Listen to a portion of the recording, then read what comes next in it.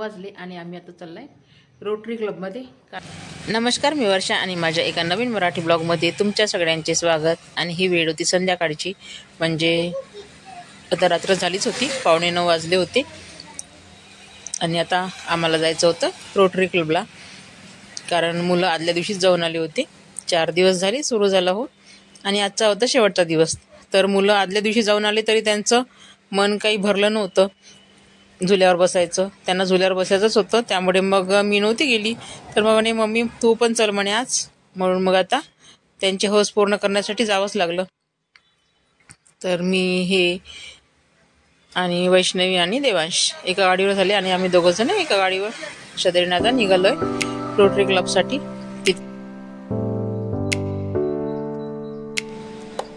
शेवटचा दिवस असल्यामुळे खूप गर्दी होती आज, परंतु आम्ही घरूनच उशिरा निघालो 8:45ला, त्यामुळे थोडी गर्दी कमी होती, परंतु गर्दी होतीच। अशा तऱ्हेने तिकीट होती तिथे पर कॅन्डिडेट 20 रुपये। तर मुलांनी तिकीट काढली आणि आता चाललोय आम्ही अंदर। आणि बाहेर काही अशी दुकानं लागल्या, कारण तिथे त्याच्या अंदर दुकानं लावायसाठी काही चार्ज असतो, तो खूप असतो। ज्यांना जो जमत नाही चार्ज भरण्यासाठी ते मग बाहेर दुकान लावतात। आणि फ्रंटवर खूप छान अशी रांगोळी काढली होती त्यांनी, पूर्ण वणी सिटीची रांगोळीने खूप सुंदर रांगोळी काढली होती। तर अशा प्रकारे, आणि इथूनच होतो प्रवेशद्वार, एंट्री गेट नाही का तिथून। तर मग इथून आता एंट्री झाली सगळ्यांची आणि आता चाललोय आम्ही। पहिले मुलांना झुलाच झुलायचा होता, त्यामुळे झुला झुलायसाठीच आता त्यांना न्यायचं होतं। तर पहिले तिकडेच गेलो मग, आणि नंतर मग खाण्यापिण्याच्या वस्तू, आणि नंतर मग शॉपिंग। तर अशा प्रकारे छान पतंगी लावल्या होत्या सगळीकडे, म्हणजे एक साईडने एंट्री गेट आहे आणि दुसऱ्या साईडने बाहेर निघायचा रस्ता होता। तर अशा प्रकारे आम्ही एक साईडने अंदर आलो आणि बाहेर जाणार दुसऱ्या साईडने लोक बाहेर जाऊन राहिले होते, ज्यांचं पाहून झालं त्यांचं। तर आता देवांशला आमचा झुलाच झुलायचा होता आणि वैष्णवी म्हणत होती का मी पण झुलत नाही, मला तर झुलतच नाही मी।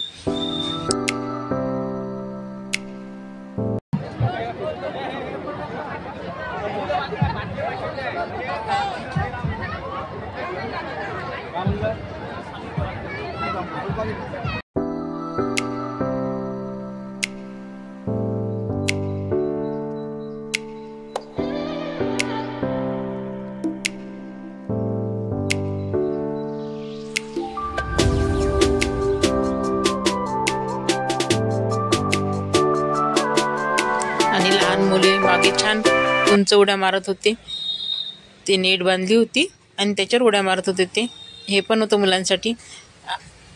आणि हा आकाश पाळणा, तर याच्यावर याला झुलायचं होतं आकाश पाळण्यावर मोठ्यावाल्या। परंतु मला भीती वाटत होती का एकटा बसेल तर, म्हणून म्हटलं भूषणला तू सोबत घेऊन बसबा। परंतु मग वैष्णवीच तयार झाली, या पाळण्यावर नाही बसत म्हणे, पण दुसऱ्या पाळण्यावर बसते म्हणे मग। तर मग दोघंही जण मग ते भूषण नाही देवांश आणि वैष्णवी मग यावाल्या पाळण्यावर झुलले ते। तर हा पण इतकं जोरानं फिरत होता की खूपच, आणि या पाळण्यावर बसले।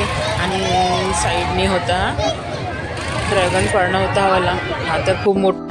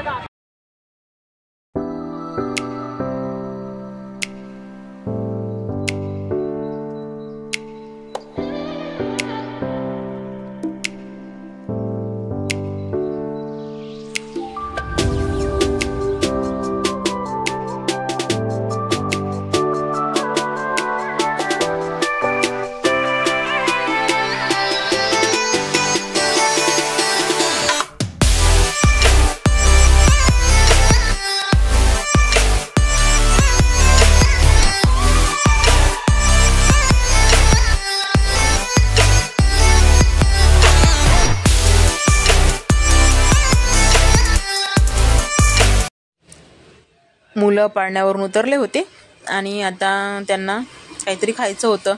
आता पाळण्यावर पुन्हा झुलतं का म्हटलं तर नाही म्हणे. देवांश तर नाही म्हणे, आता कसं तरी होत आहे म्हणे, आता फक्त काहीतरी खायचं आहे म्हणे. म्हणून मग तिकडे निघालो आणि तिथे मला एक छान दिसलं असं अंतर्देशीय पत्राचं. इथे खूप लोक म्हणजे मुलं किंवा मोठे लहान सगळेच इथे फोटो काढत होते आणि छान वाटलं हे पाहून.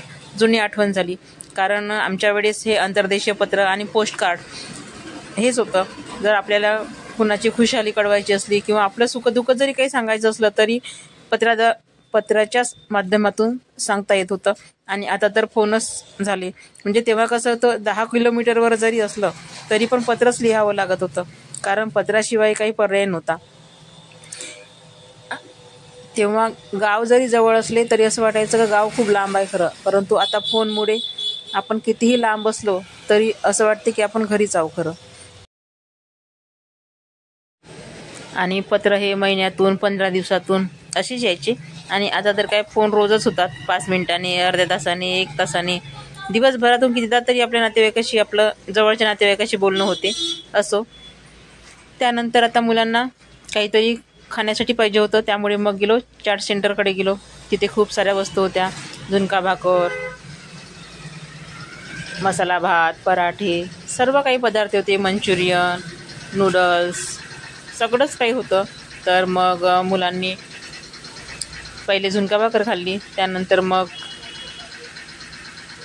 सँडविच, गुपचूप, व्हेज क्रिस्पी, वेफल्स. मुलांनी वेफल्स खाल्ले आणि मी व्हेज क्रिस्पी खाल्ली. त्यानंतर आईस्क्रीमचा कोन मी तीच घेतली, साधीवाली, कारण मला चॉकलेट फ्लेवर बिलकुल आवडत नाही, त्यामुळे मी साधी घेतली आणि त्यांनी ब्राउनी खाल्ली. तर इथून मग आता खाऊन झालं, पिऊन झालं, आता पाहिजे त्यांना पान, तर त्या देवांशने पान पण घेतलं खाण्यासाठी ते. आणि आता आलो होतो शॉपिंगकडे.